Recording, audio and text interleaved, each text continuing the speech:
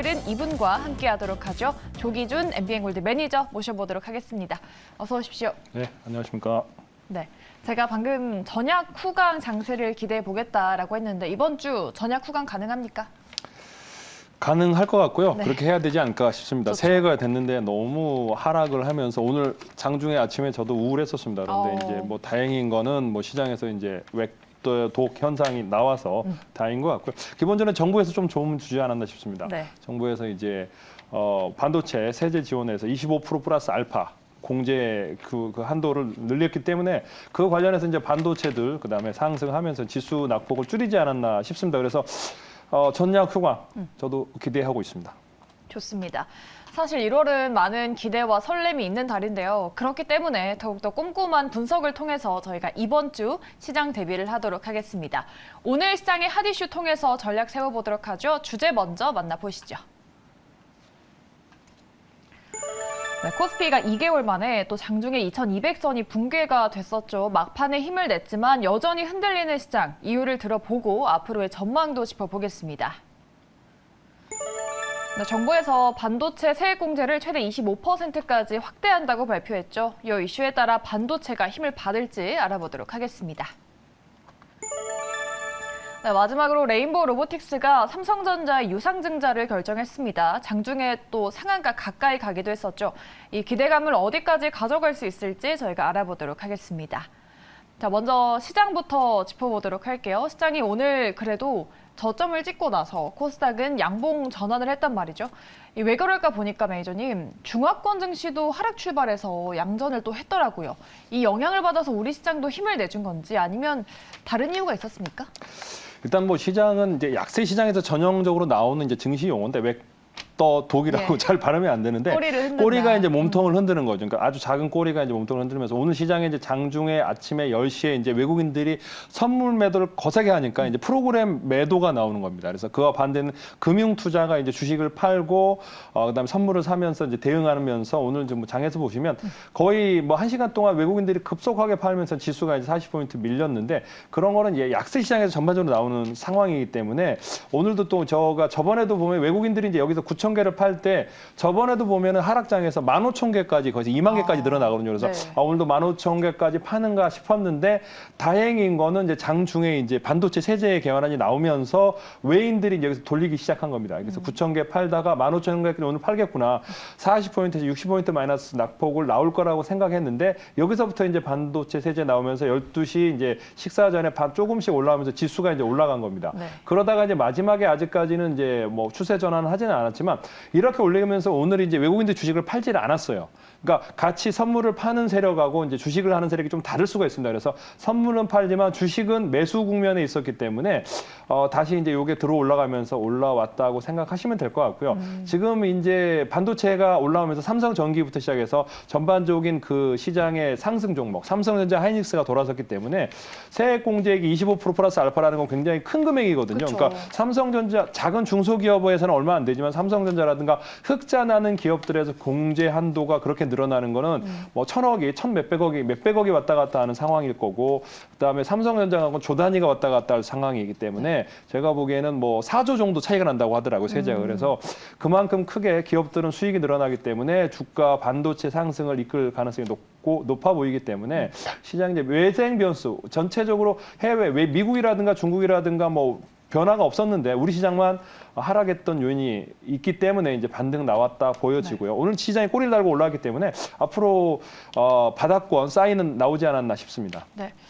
말씀하셨다시피 정부에서 또 오늘 반도체 세액 공제를 발표를 했잖아요. 사실 그동안 2차 전지랑 반도체가 시장을 좀 주도해서 내리지 않았나 싶습니다. 그래서 이러한 뉴스가 반도체 경기 회복으로 이어져서 주식시장으로 또 훈풍으로 연결될 가능성이 있을지 시장이 좀 이러한 이슈로 인해서 되돌림이 가능할까요?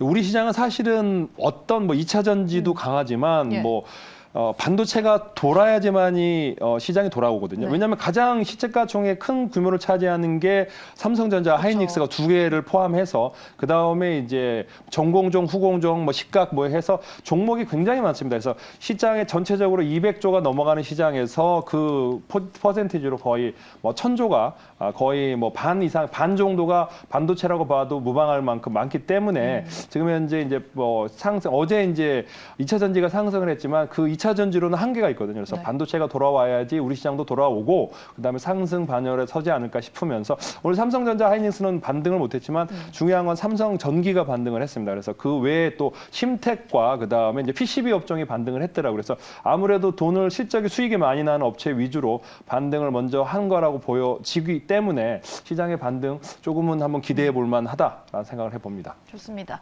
반도체가 사실 올해 반등할 섹터로 많이 또 꼽혔잖아요. 이번 정부의 세액공제 방안에 힘입어서 반도체가 반등에 힘을 줄 수 있을지 기대를 해봐야겠습니다. 자, 우리가 짚어봤던 삼성전자가 그동안 이 120조 원이 넘는 막대한 현금을 어디에 쓸지, 어느 기업을 M&A 할지 많은 분들이 또 기대를 하셨는데 오늘 그 첫 번째 카드가 좀 보여진 것 같습니다. 레인보우 로보틱스의 유상증자 소식이 나왔죠. 삼성전자가 10% 이상 대주주가 됐습니다. 이런 어려운 시국에 이런 대단히 투자 유치가 엄청난 호재인 것 같은데 로봇주가 아직 좀 살아있는 섹터다라는 걸 명확하게 보여준 것 같습니다.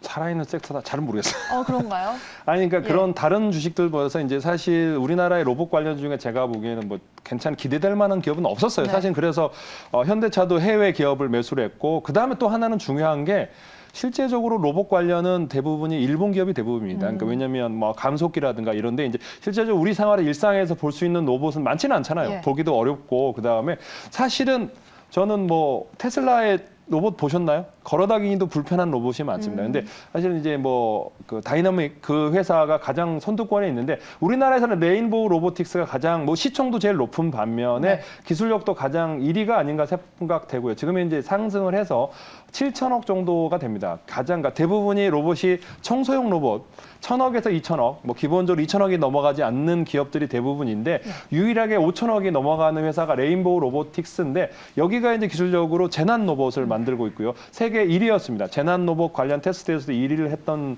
상황이고 아직까지는 이제 상용화 단계로 가기에는 어렵고 휴보를 만들었던 회사라고 보시면 될 것 같고요. 그 회사에다가 이제 600억 정도를 투자를 했다는 거는 굉장히 상징적인 존재다라고 생각을 하고 있고 네. 그다음에 이제 지금 그 외에 이제 다른 로봇주들은 사실은 아직까지 매출액이 나오지 않습니다. 그 다음에 다른 게 로보티즈, 그러니까 삼성 외에도 이제 LG는 투자를 하고 있습니다. LG는 우리나라의 로봇스타랑 로보티즈에 투자를 하고 있고 그렇죠. 현대는 해외에 투자하고 있고 삼성만 자체적으로 개발하나 싶었는데 레인보우에 투자를 했고 600억이라는 돈은 그렇게 뭐 삼성한테는 작은 거지만 우리 로봇 회사, 로봇 기업들한테는 600억이라는 돈은 굉장히 큰 돈이기 때문에 좀 상징적이지 않냐 생각이 들기도 하면서 오늘 이제 뭐 기관들이 레인보우를 샀습니다. 근데 개인들은 이제 차익 실현을 한 상황인데 추가적으로 요번에 이제 상승을 할지는 이제 아직까지 로봇이 테슬라도 아직 상용화를 못했기 때문에 레인보우도 상용화까지는 시간이 걸릴 거고 아직까지는 좀 긴 흐름으로 봐야 되지 않을까라는 생각을 해봅니다. 네. 레인보우 로보틱스 외에도 로봇주에 대해서 전반적으로 좀 보수적으로 보시는 걸까요? 사실 삼성전자에서 레인보우 로보틱스 말고도 다른 로봇주와도 추가적으로 뭐 투자 유치나 MOU, M&A 기대감이 지속될 수 있는 재료가 아닐까요? 근데 이제 그 외에 이제 레인보우는 휴보라는 거 우리가 알 수 있는 로봇이 있는데 네. 그 외에 이제 로봇 생각나는 이거 있나요? 그러니까 대부분이 서빙 로봇? 서빙 로봇은 대부분이 이제 그 로보티즈라든가 네. 이제 로봇스타가 로보티즈가 만들고도 그 외에 대부분이 중국산이거나 아니면 청소용 로봇이거나 네. 그 다음에 이제 뭐 다른 회사들이 있긴 합니다만 그렇게 우리 시장에서 볼 수 있는 로봇이 아직까지는 상용화가 안 돼 있고 실험실용에서 그 다음에 공장용에서 아직 만들고 있고 대부분이 감속기라든가 네. 뭐 이런 부품을 만들기 때문에 그거는 먼 길이지 않을까 생각합니다. 그러니까 그거는 사실 그러니까 테슬라도 저는 그 로봇이 나왔을 때 진짜 로봇처럼 걸어 다닐 줄 알았더니 그러니까요. 걷는 것도 불편한 로봇이잖아요. 그러니까 그만큼 아직까지는 어렵다라는 생각을 보는 게 어떨까 생각하고요. 물론 그러니까 우리가 알고 있던 로봇은 이제 일본산인데 대부분이 이제 공장 자동화, 그러니까 제품을 만들거나 뭐 용접하거나 뭐 이런 용의 로봇이 대부분이고, 어제 뭐 TV에 나왔을 때 이제 보면은 뭐 이렇게 철 구조물에서 기어 올라가는 자석에서 올라가는 로봇도 나오고, 그러니까 그래서 아직까지 비상장 중에서 이제 괜찮은 로봇이 나오지 않을까 싶지만은 상장 회사 치고는 레인보우와 로보티즈, 로보스타 몇 개 외에는 많지는 않아 보이지 않을까 싶습니다. 알겠습니다. 그렇죠. 아직까지 실적이 명확하게 찍히는 기업이 많지 않아서 아직까지는 좀 로봇주에 대해서는 보수적으로 보시는 것 같습니다. 이렇게 로봇주까지 저희가 빅 이슈들 짚어봤는데요. 이제 저희가 종목으로 조금 더 디테일하게 들어가 보도록 하겠습니다. 지난주에 또 소개해드렸던 미용기기 업체인 하이로닉, 이 다양한 레이저를 보유하고 있어서 주목하지 않을 수 없다라고 말씀을 드렸었는데, 지금 수익권에 있어요. 매니저님 8.2% 수익을 내주고 있는데, 하이로닉은 지금 시점에서 어떤 대응이 필요할까요?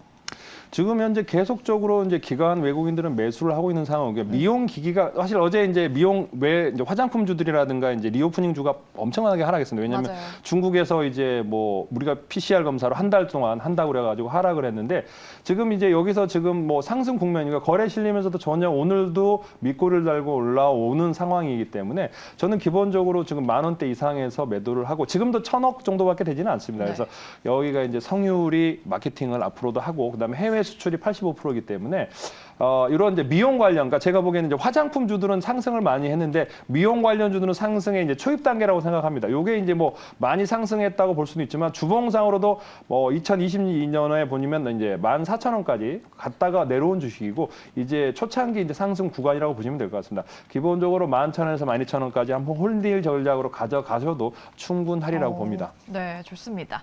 하락장에서도 견조한 추세를 이어갔다는 게 중요하겠죠. 하이로닉 8% 넘는 수익 내신 분들 축하드리겠고요. 그렇다면 우리가 내일은 어떤 종목을 주목해 봐야 될까요? 오늘 매니저님이 가져오신 내일장 공략주 화면 통해서 만나보시죠. 네, 오늘은 롯데정보통신 종목을 가져오셨습니다. 지금 시점에서 왜 이 종목을 눈여겨봐야 될까요? 사실은 이제 롯데그룹 중에서도 이제 여기가 그 CES 메타버스에 참가를 했어요. 근데 보고서 나왔는데 네. 여기가 이제 롯데그룹에서 메타버스를 하고 있는 중추 역할을 하고 있는 회사라고 보시면 되는데, 여기가 이제 중앙 제어를 인수하면서 전기차 충전을 하고 있습니다. 그래서 롯데정보통신이 이제 메타버스와 자율주행과 전기차 충전 전시관을 운영합니다. 그러니까 지금 이제 1월 5일부터 8일까지 전시를 하는데, 전기차 충전 관련해서 신규 서비스를 하는데 이제 여기에 롯데의 마트라든가 이런 거에 350개 유통 사업체가 있는데 거기다가 12,000개의 충전소를 한다고 합니다. 그래서 현대랑 이제 KB 자산운용이랑 해서 SPC 설립해서 이제 충전소를 하고 있고요. 그래서 그 충전소뿐만 아니라 통합 물류 배송 유통에 관련해서 자율주행, 자동차 제어, 그다음에 통합 서비스를 하고 있는 이 롯데정보통신은 이제 상승 흐름을 타지 않을까. 기관이 이제 매도를 했다가 지금 이제 최근에 매수하고 있는 상황이기도 합니다만, 조금 이제 거래량이 없는 게 흠이지만 그래도 전기차 충전과 메타버스를 함께하는 그룹이 많지 않은데, 사실 롯데그룹이 그런 쪽, 그러니까 롯데그룹이 2차 전지라든가 뭐 이런 것들에 뒤처져 있는데, 그런 IT 쪽에 그러니까 유통과 쇼핑만 전문적으로 하는데 이제 2차 전지 SK는 되게 많이 하잖아요. 그래서 롯데도 그런 2차 전지를 뒤늦게 뛰어들어서 하고 있다는 거, 그 역할을 롯데정보통신이 하고 있는 회사라고 보시면 되고요. 여기가 이제 데이터베이스 뭐 그런 것도 하지만은 지금 그와 관련된 여러 가지 업무 IT 관련해서 롯데그룹의 총체적인 담당을 하고 있다고 생각하시면 될 것 같아서 이 종목을 추천드렸고요. 현재 이제 24,600원 뭐 거래되는데, 저는 지금 현재 24,600원대에서 사셔서 35,000원까지 좀 길게 봤습니다. 그래서 요게 이제 주봉으로 보시면 과거에 이제 일봉은 바닥권이고요. 주봉상에서도 지금 이제 이 4만 원대 이상에서 3만 원대에서 후반에서 지금 하락을 했습니다. 그래서 반토막 속 나 있는 상황이 있어 여기서 상승을 하고 있고 35,000원까지 목표가를 잡고 가셔도 충분하리라고 봅니다.